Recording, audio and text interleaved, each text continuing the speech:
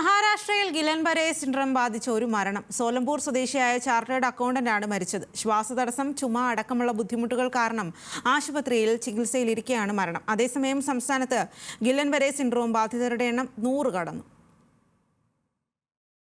മഹാരാഷ്ട്രയിലെ പൂനെയിൽ അതിവേഗമാണ് ഗിലൻ-ബരെ സിൻഡ്രോം വ്യാപിച്ചത്. ഒരാഴ്ചക്കിടെ രോഗബാധിതരുടെ എണ്ണം 100 കടന്നിരിക്കുകയാണ്.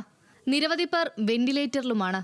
ഇതിനിടെയാണ് GBS ബാധിച്ചുള്ള ആദ്യ മരണം റിപ്പോർട്ട് ചെയ്യുന്നത്.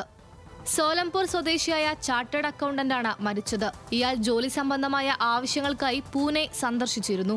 പിന്നാലെയാണ് രോഗം പിടിപെട്ടതെന്നാണ് സംശയം. ജനുവരി 18-ന് ജലദോഷം, ചുമ, ശ്വാസതടസ്സം തുടങ്ങിയ ബുദ്ധിമുട്ടുകൾ നേരിട്ടതിനെ തുടർന്ന് സോലാപൂരിലെ ആശുപത്രിയിൽ പ്രവേശിപ്പിച്ചിരിക്കുകയായിരുന്നു.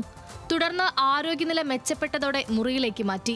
എന്നാൽ ശ്വാസതടസ്സം മൂലം പിന്നീട് ആരോഗ്യം വഷളാകാൻ തുടങ്ങിയെന്നും ICUവിൽ മാറ്റിയെന്നും ഡോക്ടർമാർ പറഞ്ഞു. മരിക്കുന്നതിന് മുൻപ് രോഗിയുടെ കൈകാലുകൾക്ക് ബലക്ഷയം നേരിട്ടു. ഇതോടെയാണ് ഗിലൻ-ബരെ സിൻഡ്രോമാണ് മരണകാരണമെന്ന് ഡോക്ടർമാർ സ്ഥിരീകരിച്ചത്.